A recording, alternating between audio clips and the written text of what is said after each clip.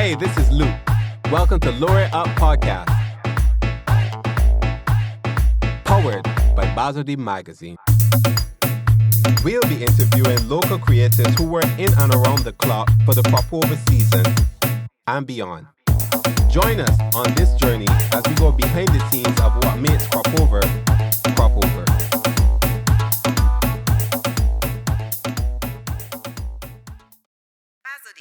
Welcome to episode 6 of the Lure It Up podcast.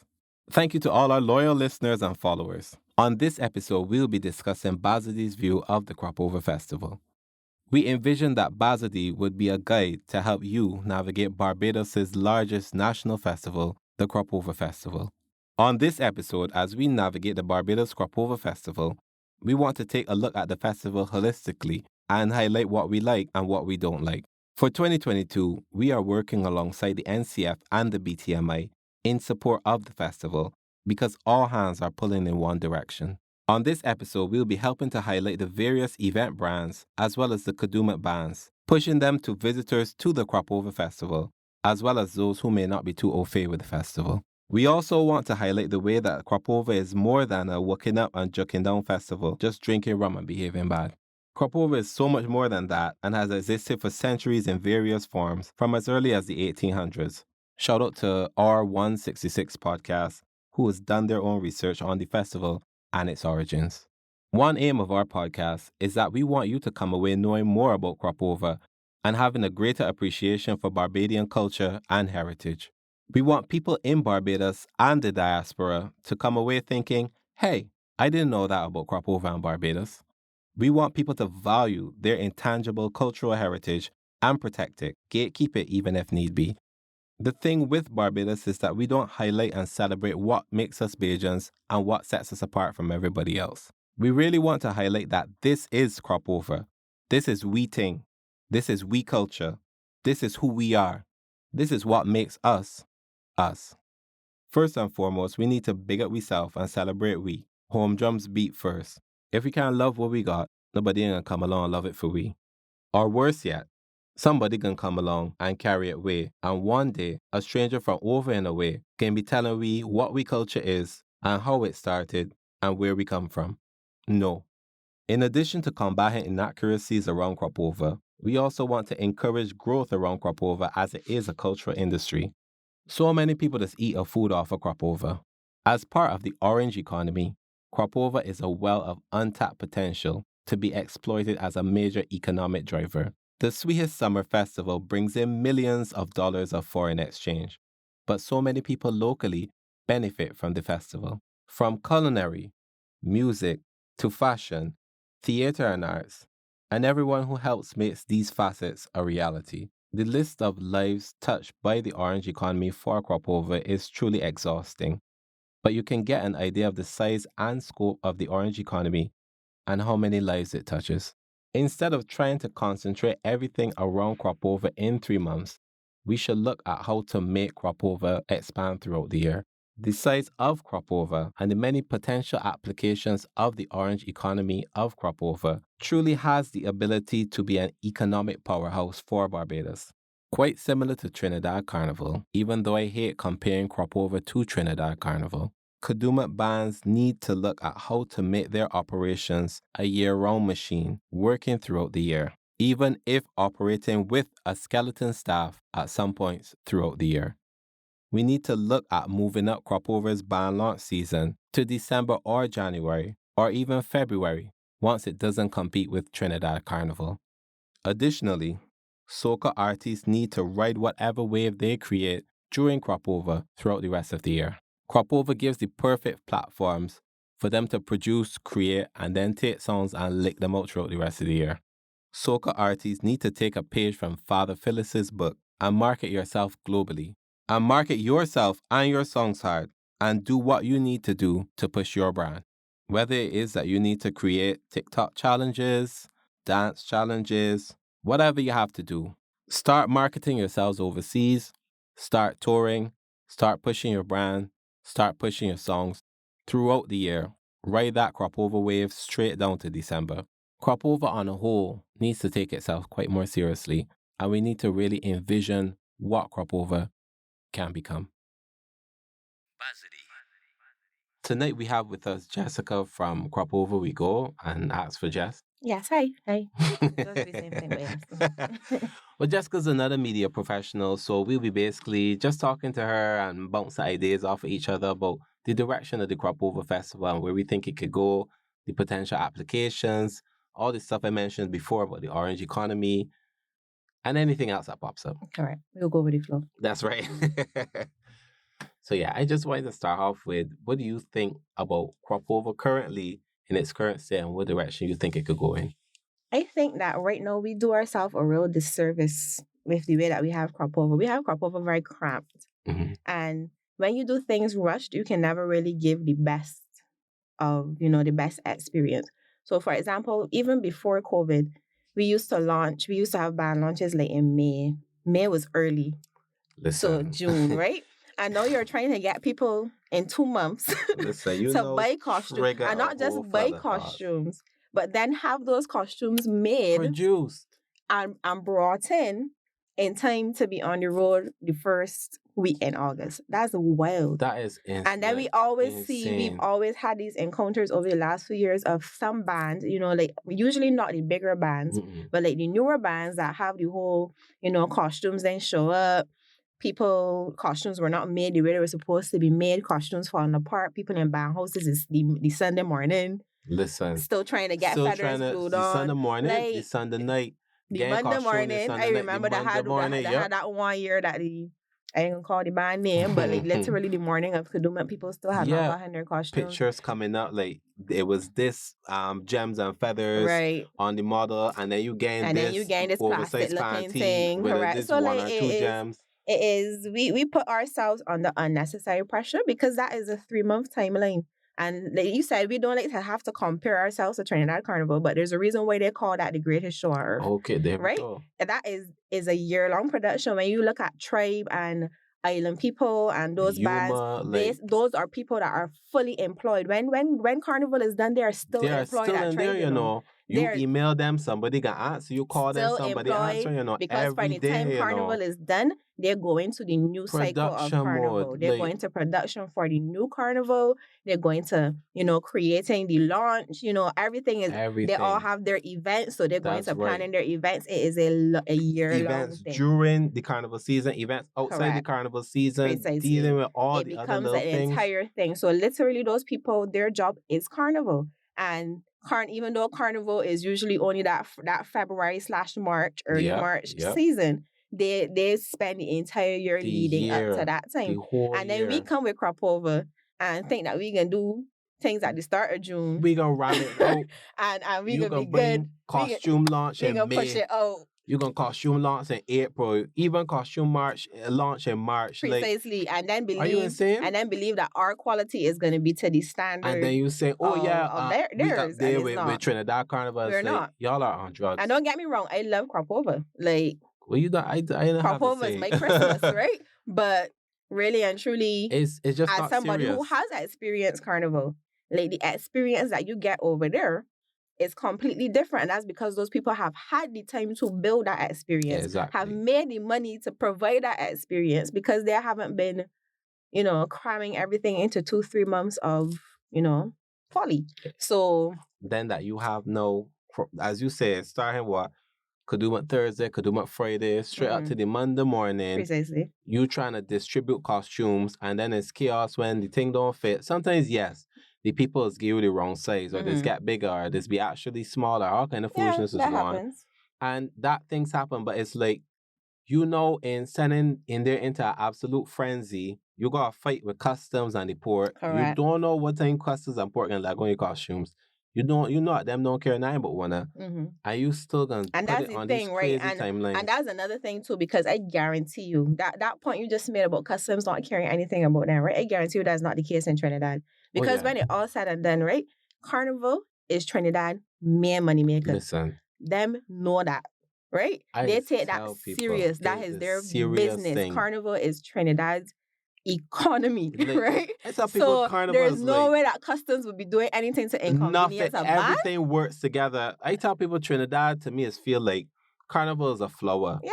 And so Carnival's the flower blooming, and the rest of the year is preparing for the flower it's to just bud be, and come around, just bloom circling again. around Carnival. That is Like all everything, it is. Pre-Carnival, Carnival, post-Carnival. That's right. It, right? You obviously have different seasons and stuff in between there, like Republic Day, your Independence, all you get your different stuff in Christmas, you between. get your Parade, you do all of that, but really and truly, all of them is just leading to us Carnival. leading up to Carnival. That's to me too. I thought it was only me one. I've gone down to Trinidad for Christmas and be like, Carnival. Yeah, Carnival. Like, Carnival kind of. And by then, because Carnival is early thing. When we went down for Christmas, the men already had Carnival events. Got events. The men already had songs and events, something like that. So really and truly, when I think about Barbados and how we do CropOver, we already put ourselves at a disadvantage because it is too cramped. And we even saw it last year, not last year. When I say last year, guys, I mean 2019, the pandemic don't count. In 2019, we saw Zulu launch really, really early. Really they early. have practically launched pre-launch really early. Pre-launch early too. So people are trying to, I guess the band leaders are seeing it. Finally. They're saying that, yes, we need to move forward. We need to move forward. We need to expand this season. And there were a couple of bands that were coming out early and new bands that were supposed to be launching and that kind of thing. But even then, you still have bigger bands that would have probably come out around the same April, May kind of thing. And I know, and I think it's wild to do it. I guess I understand why we came out late in this year because we hadn't really been given permission to have a CropOver. And I get that. But still, I feel like from the time the Honorable Prime Minister has said yes, y'all was going to see that post the next morning. I don't know what the costumes was. I would be like, yes. Yeah, we coming for CropOver. You would have seen that post. Because you would have began them prototypes. November, all of them, that's when all the bands and events should have said, all right, if the Prime Minister said that we on a go, we should go. Especially after she gave us the go ahead to start back the events for all years. You should have already started rolling. The machinery should have started rolling out, even if it's a WhatsApp chat. Because you had to know that CropOver, some kind of CropOver was coming out. But still, I can get him a blade because even creating the prototypes and having costumes ready for, the band launch or whatever, still incurs costs, and you might not want to go through all of that if you may had to and that kind of thing. But I just feel like we definitely need to put more effort into extending and giving ourselves more time, because then it also makes it easier for patrons to pay. So for example, when you jump, I've jumped every time that I've gone to Carnival, I've jumped with Tribe. You can literally, you just gotta pay the deposit, and when you pay the deposit, then you can come back and you can make your monthly payments, and you done pay you already register since from maybe August, October. So by then I got not in September, you done band launch in August. Precisely. So by then I have from August up to I think they probably cut you off maybe a month or so before. Yeah. So then to make my monthly is much easier for you as a person to go and make those payments now, as opposed to you coming in June and telling me I gotta pay 50% down one time for the $2,000 costume, right? And then I gotta find the other 50%. I already gotta pay for the expensive flight. Already gotta buy all the tickets. Gotta pay for somebody's hotel or Airbnb, and you want me to be able to pay for this costume right away? And then the band's like, oh, we're losing revelers. And it's like, of course you losing revelers. None of one ain't got... and the thing is, even if you don't have the costume, for example, with Crave, and that's one thing I will say, Crave has such a loyal following that even before they launch costumes, they have pre-registration. They got pre-registration. Right? Because they know that you can come and pre-register, you could pay your deposit, and you could start paying regardless. When you have that kind of following, where them ain't even care what the costume is, them whatever it is, we can pick one. Whatever color we can pick one. Following, Precisely. Start that pre-registration process. Make it easier for people to make it as easy to streamline. To streamline and be able to pay. You know that people are struggling. So get them that option. And that's one of the biggest misses that the bands had this year, because you did not give people the opportunity to start paying from early enough. Yeah. So now everybody got pick and choose. And everybody ain't like me. I am a girl that I will pick the road every time. I'll miss all the facts and jump. But most people will probably do the facts and not the road. A lot of people are choosing to do the facts and not the road, because the road is always seen as kind of a question mark. And then we've had cases in the past where it's the same thing that you mentioned before, where you have bands that was throw down people the morning, the weekend before could do my, and then so people are already very shy about that. That's right. So people are already worried about if these costumes can come in time, and that kind of thing. So people gonna choose the band. They're So gonna like, I mean, choose sorry, the the facts. events. So Exactly. if you already know that you're battling all of these obstacles, make it as easy as and possible. simple and streamlined I mean, as it's possible. too late now, so So hopefully they will learn for 2023. right? It's too Lord late God now, have mercy, but please. I feel like a voice screaming in the wilderness.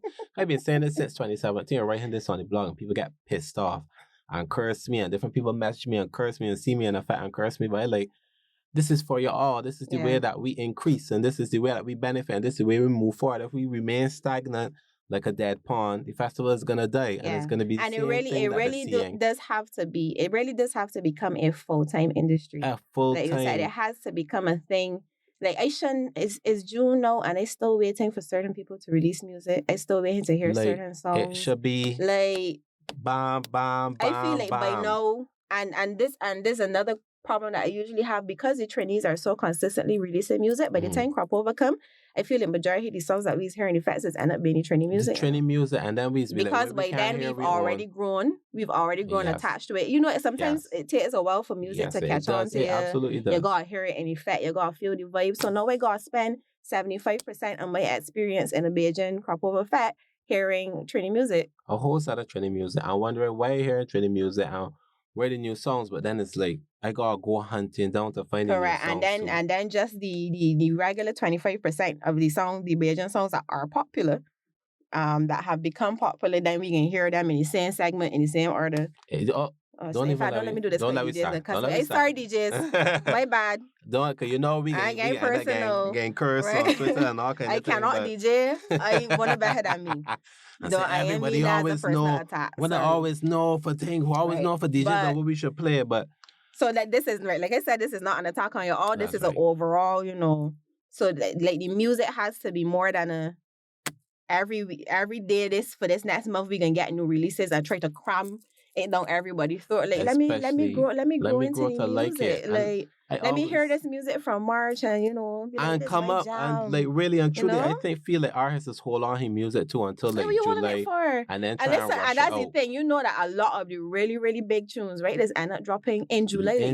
And it's like you could have let me walk up to this the whole summer, the whole season. I could have been walking up to this the whole time. I could have been jamming on the entire season, and you bring this out 2 weeks before CropOver, and now we gotta try to jam down everybody in the 30 seconds that the DJ played, because you ain't give me the experience to really really have it grow on me. And there are songs that even when you hear it on the radio, like you don't really feel it till like kicking on a big speaker, right? So you get it in effect and going good, and you're like, oh, this song is good. What is this? And I hope that a lot of these artists also allow their music to be. I don't know the process, but allow it to be. Like you could find it on Apple Music or on Spotify or anything like that, because there's so many times I would try and Shazam a song and not hear nothing. I can't find it. Also was missing where the whole music vibe is concerned. Like, and there's not to sound like an old girl, but as an old girl, right? Back in the day we used to have a lot of live performances. When you remember when we used to get like Jabe and them, men that could just come and sing anybody's song. Like we don't get like live performances like that anymore. I remember I will admit people were trying to bring it back. So like No Hyper Songs was having his show. Bubba had his show. I see Mikey's having one this year. So like I guess because those things are where we like I said, you experience the music in a different way. Like to me, cavalcades used to be my favorite part of CropOver, because I used to be at every cavalcade, single one, wherever it was. I going down the road, because it's one thing to hear a song on the radio, but then when they watch you perform it and they hear the band in the back, and they're like, "Oh wait, you feeling it exactly?" And the band striking up, you understand? Like the artistry behind the music. You don't get that anymore. That's why part of it is way late to boat. So could stay in her mind is that you could still get that old time feeling, like that old Passion Network, Brewster's Road feeling. What it was, Campus Boys, Berger Boys type fats, Portland. That somebody would come out and the performance song is like, I feeling it, and if I hearing it, I get the rest of the week singing the song. I know the songs, and you feel like a kind of kinship and a rapport with the artist. Correct. But is a things progress and things change, and I get that, but still like we have to find a way to bring certain elements back, because when you lose the artistry and you lose And that's why it's such a cramped season for us, and that's why it's not a full-time thing, because no, you don't get like all the production. And I get that all the production, I think, is probably expensive. Yeah. But like, it's too chaotic, man. It's you gotta get like the art exists for a reason. Right. And you're an artist. It needs so to like, be fleshed out. Like, give me the art. Give me the experience. And as I was talking to you about it before, you know, outside of thing, but even through the pandemic, we had our shows, we had our stay-at-home party, and you know, we had like the Crossfire performance, we had like a couple of things, and again, comparing to Trinidad and hating to have to do it, but if you saw that every single like major artist in Trinidad had like their own like little mini lockdown show, and it was like a full production, and like I know that they have the money, I know they have the backative, and that's another thing, like the companies in Barbados need to start backing the artists. CropOver as a whole, because like need to start putting support behind, because like you will see the sponsorship and thing that they get to put on these whole productions that could just be streamed on YouTube, but like these like real productions, like artists coming in, the man got a stage and a backdrop, and you know, bringing in all the other big artists that they've done collabs with, and like you getting to experience still releasing music. Mind you, because not much music was released from Bajan artists during the 2 years of the pandemic. In Trinidad, them never stopped releasing music. Exactly. Songs was still coming out all through the pandemic. Like, so even when you was home, you still had you ever heard Nadia Batson First Fete? Oh Lord. That did just put me in my feelings, because I was like, yes, when the First Fete come, like, still give people music. We still want the music. We still want it. Bungie, like, we still need road. it. Like, you still want it. I mean, kudos to Hyper Songs. He was still putting out music. We still had a few people that were bringing them out, but for the most part, majority of the artists just... And granted, I understand. You said production is expensive, studio time is expensive, all this stuff is expensive. And it's really hard to do when you you're not making your way, money, you know, you can't make the money, you know the way. Which is why I believe that the corporate and I can't even say government, because according to the newspaper, the government is also begging for sponsorship from the same people that we begging for sponsorship from. So yeah, I don't know. So we can't get the support from them, but like, back the artists, like, let them be able to put on the shows and get them the backative to, you know, like, to be able to give us do those all this and do more and increase bring back the art, part right? Bring back the culture, like, bring back the cultural part. Like, even I saw the NCF. You're the ambassador. So I wouldn't know, but like, I saw them, you know, talking about the different kinds of the cultural parts that they were going to stay in the festival. And like, even that, I remember even before the pandemic, I still feel like there's not enough focus on the cultural aspects around. No, you're absolutely right. You're absolutely right. When you go to Carnival, you have the panorama, and you have you know, the stick fighting, and like, these are well attended events, well marketed, like, they're pushing your face, like, their culture is still very much there, even outside of the fest. Like, these are things that young and old people go to, that kind of way. We used to have pan on the sand back in the day, and that used to be really well attended. We still have pan on the sand. They ain't quite this year. But we had it in 2019. We had pandemonium. Yeah, they had the pan on the sand in 2019. Right.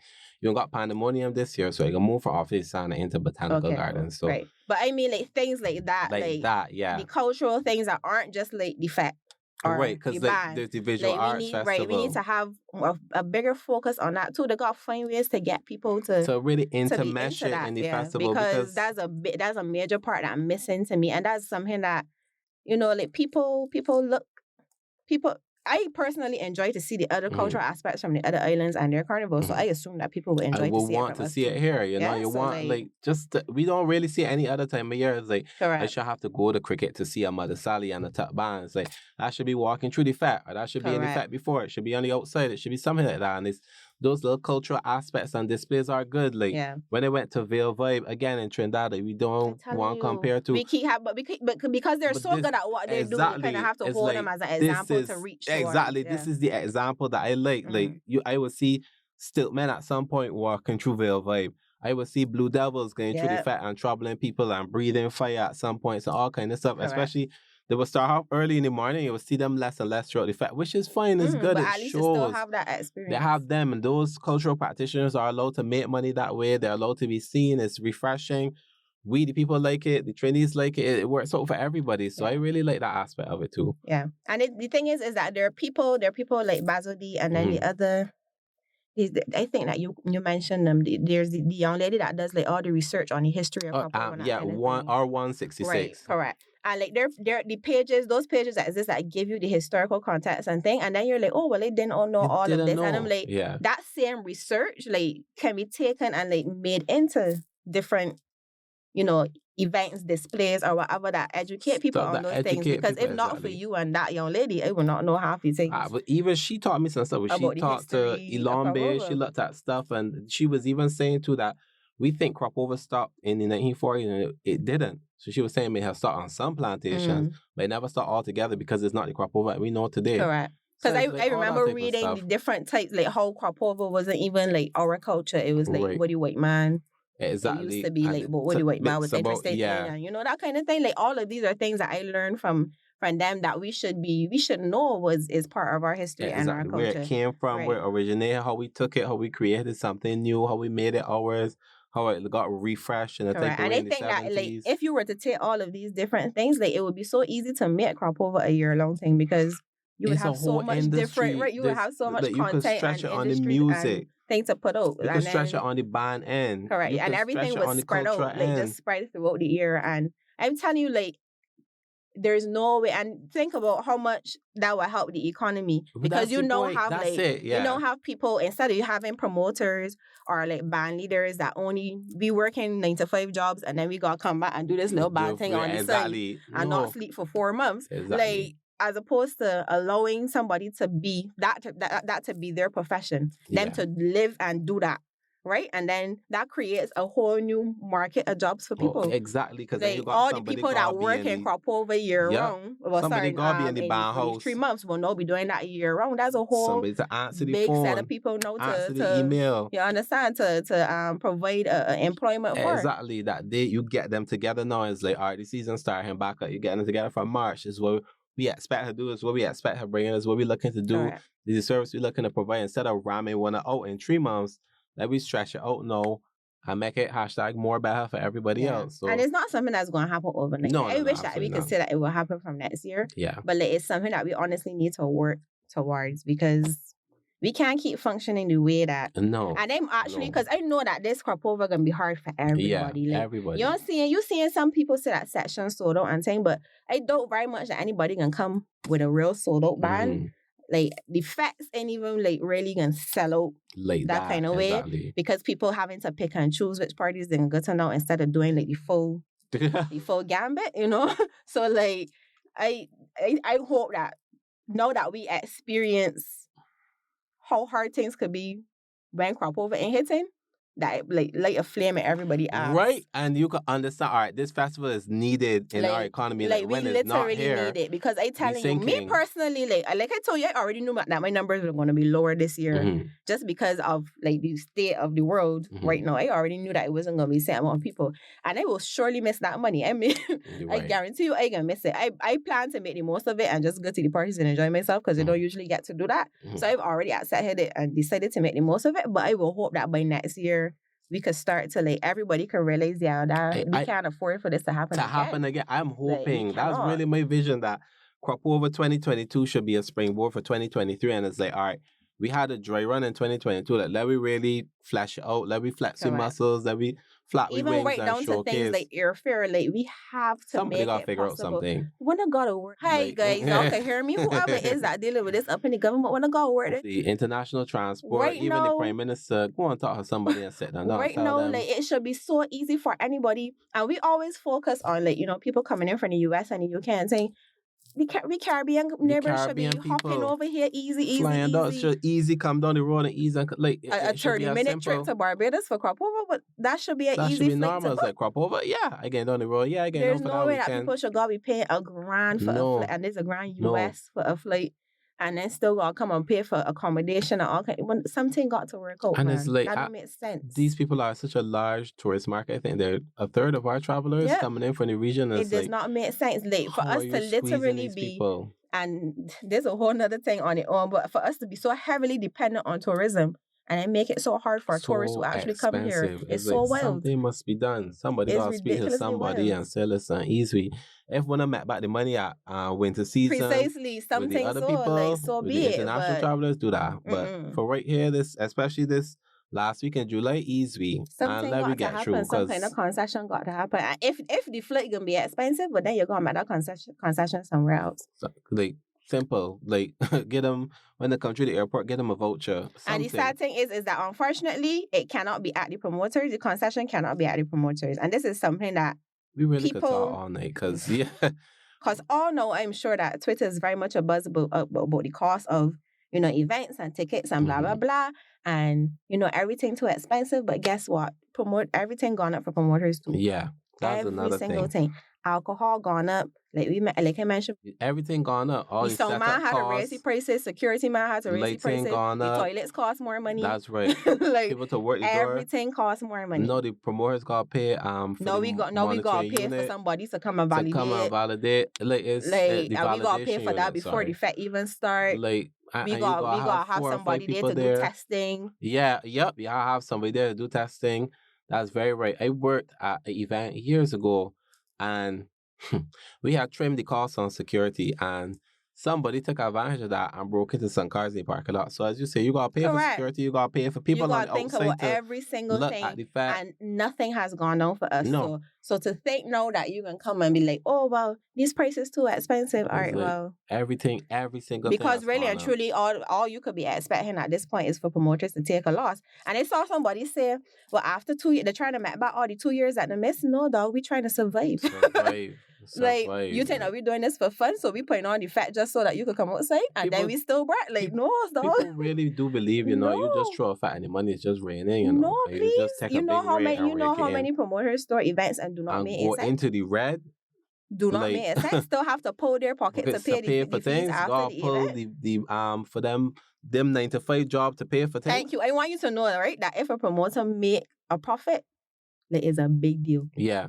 Sometimes them is just break even. Sometimes you just be aiming to just break even. Just get all these bills paid so that we could go again next time. Like, for them to make a significant profit is be a very rare thing. And you come in. So I get the complaint. Don't get me wrong. I break too. Right? I get the complaint.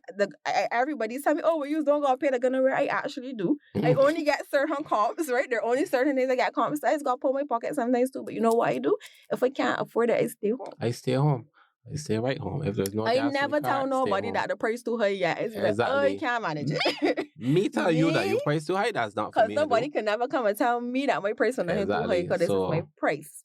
So I just stay home. If I be like, nah, boy, I can't make that one day. I can't manage that one. They're going to stopping at me. Exactly right. So we just have to, I think that, the people just need to be a little more understanding and know that there's nothing wrong with picking and choosing which events you go to and making the most of the events that you go to, because nobody dropping the prices. Everybody sorry. Yeah, that's just how it is. You ain't getting a discount. Because if you drop the price, you might as well cancel the fat one time. If you just call off all the fats and everybody stuff inside. Everything, like things. Laura from Powder was here last week, and she was saying January has gone up. I think they were like 100, 200. You understand that 400. Everything, some has some cups. Like, people do not take into account every possible thing that you have at an event has gone up. Cups, ice gone up, dog. Yeah. Water. Yeah. Like the literal frozen water that you're dropping in your cup, that gone up. Yeah. So you got like everything. Like even the people who go through the event to make sure it's clean, to change the garbage, the people that cleaning the event after that you don't see. The person that's cleaning the toilet so that you're not going into a musty toilet every time you go in there. Like, all of those are things that people do not take into account that cost significant sets of money that promoters have to consider. I need to be paid. And that's why when I tell people all the time, a lot of people because they've like thrown cruises, believe that they understand what it is to have an event. But when you throw a cruise, you pay John for the boat, right? You pay for the boat. You pay John for the boat, and then like you might get like little setup and whatever. But you just pay John for the boat, and then when the cruise done, you just get off the boat and good at home. So like people think That's a bit of a simplification, but long and short is that's what's happened. That ain't got nothing to do with people that's got have a whole setup and a site visit and a this and a that and a this license, and the police come and the security come and then the police come back and say and cost cap and all kind of foolishness like and bra and all that you gotta deal with. You got, if you selling food, you gotta get house certificates and none of them things. You gotta pay cost cap too. You gotta pay all them. You gotta pay that too. Yeah, like all of those little hidden costs. You gotta get you gotta pay ticket links for them people to use the ticketing to be able to send things. Literally every single thing has a cost. So I'm very sorry, promoters ain't dropping the prices when they're gonna deal with it. Yeah, really and truly. So that's just what it is. So you gotta pull your pockets and figure out. So that's why really we had started to do, like, try and do ticket giveaways, so that people could feel like they could make it possible for people to be able to everybody can at least get one. And then the promoters we don't want to let them out too much by selling. We want 5, tickets. So they get 1 or 2 and correct. You call that Wally. So in closing, really, Jessica, I just want to focus on your thoughts. What are our thoughts on the future of the festival? But what do you think? Where do you think CropOver should go? And what do you think it should become? Well, like I said, we do have to get into a way where it becomes more of a, is a full-time experience, is a, an ongoing thing. They're no breaks, they're no seasons. The stopping, right? They're in a season. It's just keep constantly CropOver is a constant thing. Obviously, like, when I say CropOver a constant thing, it don't mean that we forever fetting and forever, but like the process, the business behind CropOver is an ongoing thing. And there needs to be, and that's going to take some planning. It's going to take some changes. It's going to take, some concessions. It's going to take, people are going to need help to get there, to get started, to start making enough money that, you could become a full-time thing. They're going to need support from the government and the sponsors that, can afford to support. It's going to have to be like a collective thing. They're going to need the backative to not be like suffering through customs, because customs really does make life so difficult for people who are just trying to make a living. Like, that it's CropOver time. What you got the people feathers holding still. Exactly, holding on it, and until you know all like, August, you know exactly why these feathers are here, sir. So as you say, like, it needs a framework really to be constructed, where like you have Ministry of Tourism, Ministry of International Transport, Ministry of Finance, Ministry of Culture. Everybody needs to, and it cannot be that these ministries come together and meet and do not involve the band leaders, the smaller parties, because the truth of the matter is, a lot of the time when they come and make these announcements and the decisions, the stakeholders will be like, what are you talking about? Like, what is this? What's going on here? A lot of people that make these decisions have no idea of the reality of what band leaders and the smaller stakeholders actually have to deal with on a daily basis. So then they come and make these wild, utopic decisions, and like this is going to happen, and then everybody's like, what? No, that can't happen. It's not going to work. No. So it needs to be a collective thing where everybody is involved. So like I said, it's going to be an ongoing thing. It's probably not going to be like a one meeting. No, it needs to be a series. It is going to be a long-term thing where people, some kind of research to be done, and like it needs to be a full project. Happens on how we're going to revamp the festival and make it, bring it back to the glory that CropOver used to be. I even think take it even further. Precisely, and take it past more. And that's the thing, because we ain't trying to like just go back to what it was like progress. Like, it has to be a continual progression, an evolution of things. But like right now, there's no evolving. No, it's really just in decline. It's like consistent decline that we've been seeing since. And then we're watching the other islands now that barely even had a carnival before. Don't got the history behind there. It's just right. They pull carnivals out the blue because it was like people want to jump. Yeah, right. People just want to jump and get on by. They come and put on these carnivals and now are pulling our people away because it's cheaper for them to go there. Yes. And meanwhile, we have like actual culture and history behind our festival, and we just here coasting. We've been coasting on, as you said, the heydays from way what before. It used to be for a very long time. And now COVID come and skin we up, so we can't coast no more. No, you skin right upside down. So it's now that you starting over from ground zero. And that's why I think we honestly need to take this year where everybody's going to take a very hard hit. It's going to be a very rough year, and we need to take it. We need to take that on the chest. And start her prep. Like all events and all the crop over bands, the 4-day bands need to, you taking a hit this year, you going to hit this year, but straight off from September, you start August actually, you start rolling and preparing for crop over 2023. It's like it should be straight off the bat. correct. So no sticking up. Like bands should be launching in December. Bands should be launching in January, February. Like you should just keep the ground rolling. So as you said, you could pay as launch start. You could pay you $100, you 20%, you 10%. Secure your spot and secure your spot and start rolling from there. Make it easy Allow for people to pay and come up. to be a part of the festival. I also think it's going to call for more unity. Yes. And this is not even just like from the support aspect, but from between the promoters and the band leaders themselves. A lot less fighting and competing. And the artists, a lot less fighting and competing and seeing how we, and yes, I understand that obviously band leaders, bands especially, and events especially that may be on the same day are all going to be trying to get the same people. But like to a certain aspect, like I've always said that, like forcing everybody trying to force events into like the last 2 days of crop over as opposed to spreading it out and making it possible for people to come and experience a full week of events. A full week, because Monday, Tuesday, Wednesday is be kind of empty, you know. Precisely, like Monday, Tuesday, Wednesday has nothing happening, and then from Thursday, Friday, Saturday, Sunday, everybody ram into them days. Like, can we get some on Wednesday and on Tuesday and let people come in a little earlier? Exactly. They don't come in. People asking me when to come. I telling them Wednesday to Wednesday. They got nothing to do on Wednesday. Precisely, like the following Wednesday. Can we spread this out a little bit? It's gonna call for some unity. Like somebody can go take a little step back and take a move. Like I see Soak on the Hill move their thing now. From until the August the 2nd. Obviously people are going to think, well, Burna Boy run them. That's fine. But to me, that's a really good move for Soak on the Hill, because now people who are already here for crop over now have the opportunity to go for that. They could stay an extra day and go. That's because on July 17th, the crop over crowd wasn't here. Exactly. You understand? So they now get to capitalize on the actual tourists that are here for the carnival that could say, I can get a whole soca concert the day after. Let me change my flight to the next day, to the day after and stay here for this. So to me, that was a good move in my opinion.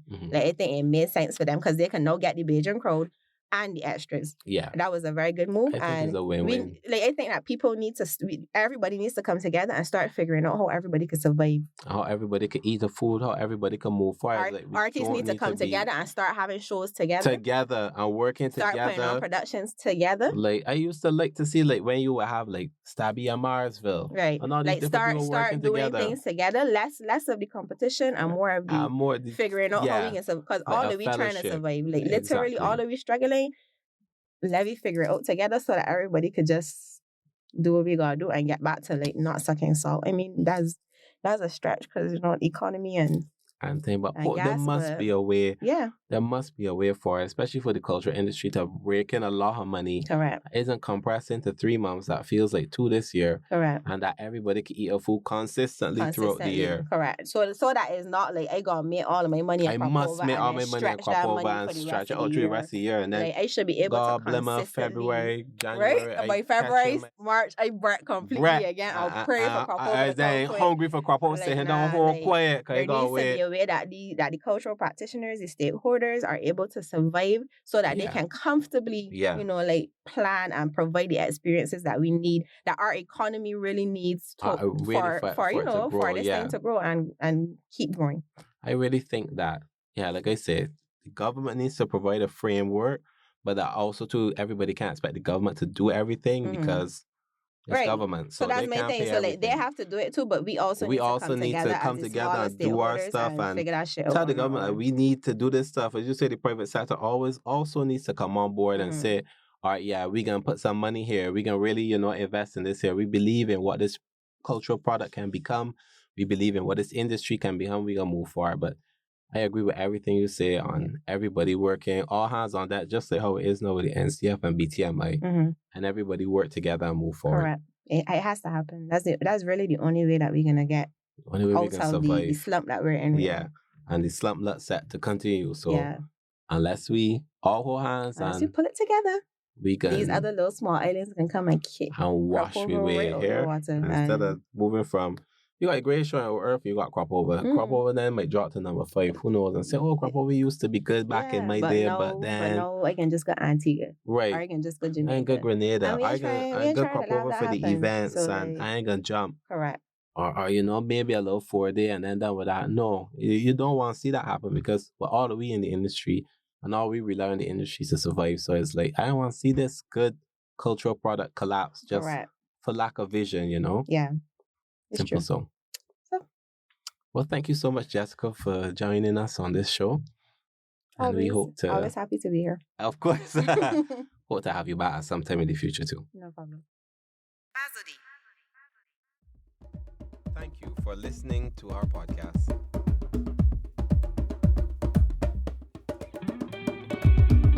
This episode was recorded and produced by Robbie